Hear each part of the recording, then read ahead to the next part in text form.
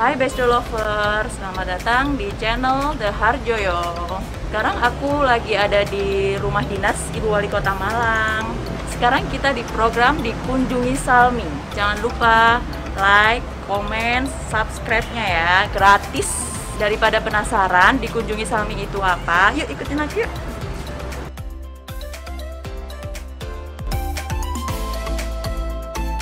Halo Besto Lover, kita nunggu Bunda Widayati, MSC Kerangalam.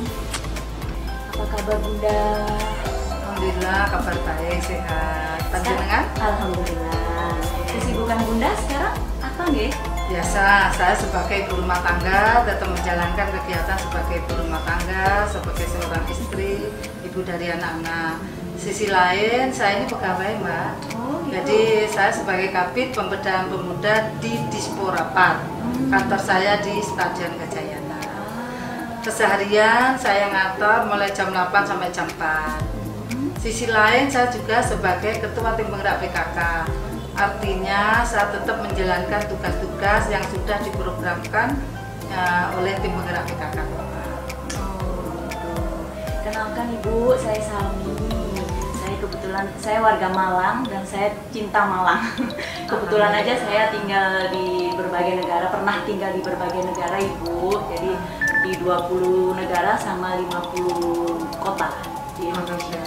Dan alhamdulillah juga sekarang udah diberi kepercayaan sama suami untuk bikin roti Ibu, roti yang Besto. Jadi yang pernah saya kasih ke Ibu. Ya. Nah itu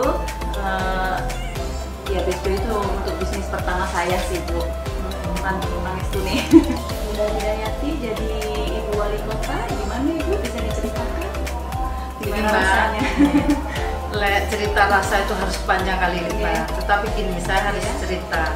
Saya tidak menyangka tiba-tiba saya menjadi pendamping Bapak sehingga menjadi Ibu Ketua Tim Penggerak PKK.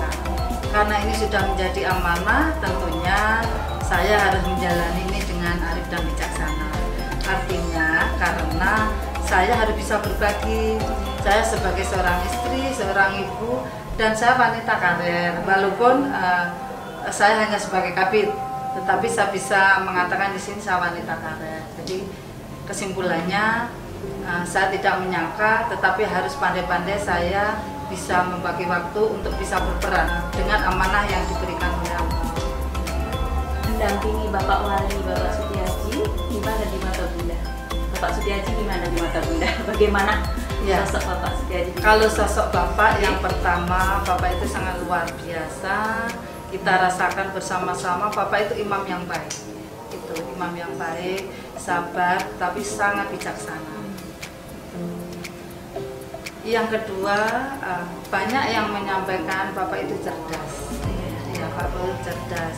Tetapi memang benar, Mbak, Bapak itu jarang sekali membaca yang lama gitu, jarang sekali. Jadi setiap kali mau ada kegiatan paling membaca sebentar. Tapi alhamdulillah undang-undang itu kok ngelotok gitu loh Bapak itu. Itu mungkin kelebihannya Bapak ada di situ.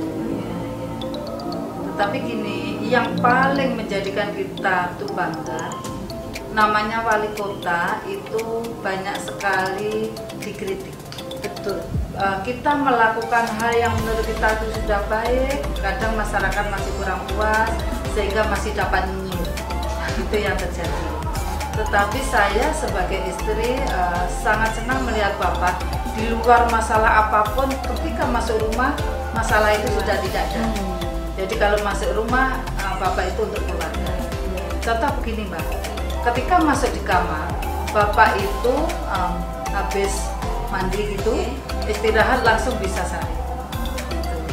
Jam berapapun, siang juga seperti itu, malam juga begitu, tengah malam pun seperti itu. Jadi Bapak ini adalah orang pergerakan, sehingga tamu-tamu di rumah ini kadang jam 12 baru datang. Oh gitu? Ya, karena orang pergerakan. Apalagi Bapak ini seorang ustaz, jadi pastilah keliling. Hampir tidurnya Bapak itu hanya 2-3 jam saja. Karena minimal jam 3 Bapak itu harus sudah bangun, sholat malam, zikir sampai subuh. Itu yang selalu dilakukan. Dan yang membagikan lagi, Bapak itu mulai dari remaja sampai sekarang pasti dapat. puasa dah. Jadi sehari puasa, sehari enggak gitu ya. Sehingga kesehatan Bapak itu sangat bisa terkontrol. Ketika kita coba cek, mulai dari kolesterol, terus gula dan lain sebagainya, Bapak itu semuanya normal. Itu yang sangat bersyukur dari keluarga. Jadi Bapak itu Mbak, sesibuk apapun pasti ada waktu untuk keluarga. Biasanya di antara Sabtu dan Minggu kita tidak boleh milih dua-duanya, salah satu. Biasanya kita minta di hari Sabtu. Jadi Jumat malam kita melakukan keluar. Kadang Sabtu pagi-pagi kita sudah melakukan keluar bersama keluarga. Syaratnya begini, karena di masa pandemi ini kan kita juga masih susah untuk mencari makan di luar ya. Betul. Jadi intinya bagaimana kita bisa menjaga imun keluarga dengan baik. Kita melakukan keluar bersama keluarga. Syaratnya saya mesti menyiapkan makanan. Jadi biar tidak keluar di sana, yang penting kita bisa mencuci makan, kita keliling di dalam mobil, kita makan bareng, kita bisa suap-suapan sama keluarga. Tetapi biasanya Bapak itu mengendaki kalau sudah masuk mobil tidak boleh ada yang bawa HP. Waktu untuk keluarga itu tidak banyak, sehingga benar-benar harus kita manfaatkan dengan kualitas. Itu settingan Bapak untuk keluarga. Sebagai ketua PKK Ibu, tugas-tugasnya apa aja sih Bu?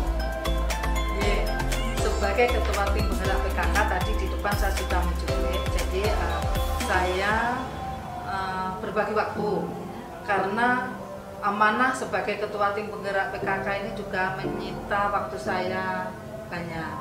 Saya sebagai pegawai, saya harus ngurusi bapak dan anak-anak. Jadi harus pandai-pandai saya berbagi waktu. Kalau terkhusus untuk tim penggerak PKK itu di sana kan sudah diprogramkan ada 10 program pokok PKK. Jadi ada 10 program pokok PKK itu mulai dari pusat sampai ke bawah sama yang dilakukan. Ya di situ mulai ada sekretariat, ada pokja 1, pokja 2, pokja 3, pokja 4. Nah dari 10 program pokok PKK itu di breakdown kepada sekretariat dan pokja-pokja tadi. Tetapi sekarang yang sedang menjadi isu adalah stunting. Stunting itu adalah anak yang punya pertumbuhannya kurang bagus dan posisi fisiknya itu cebol. Akhirnya agak gini.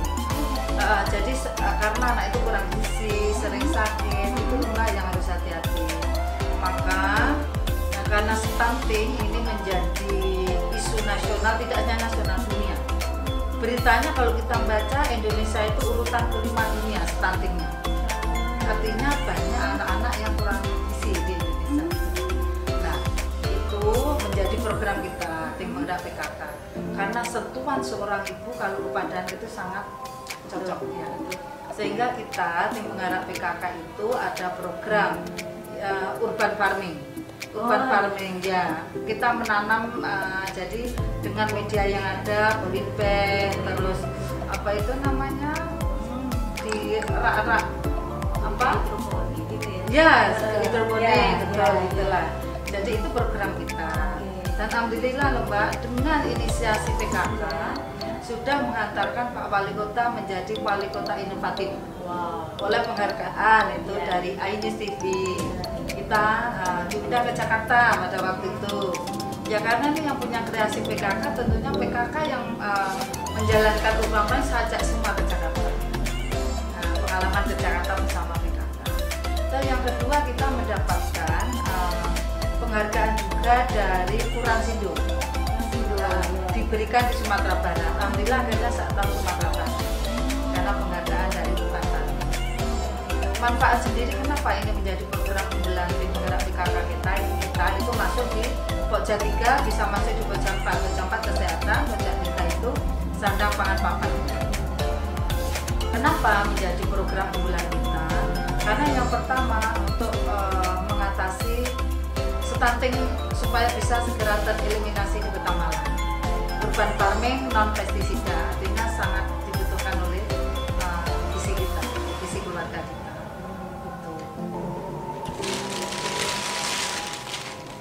Nah ini Bu seperti yang saya ceritakan itu. Mungkin bisa dicoba. Tampilannya sangat menarik nih. Bisa dicoba. Ya karena sudah keliling luar negeri ya, jadi bisa model-modelnya itu lebih apa namanya, lebih kreatif. Iya. Saya coba ya Mbak. Iya, Bismillahirrahmanirrahim.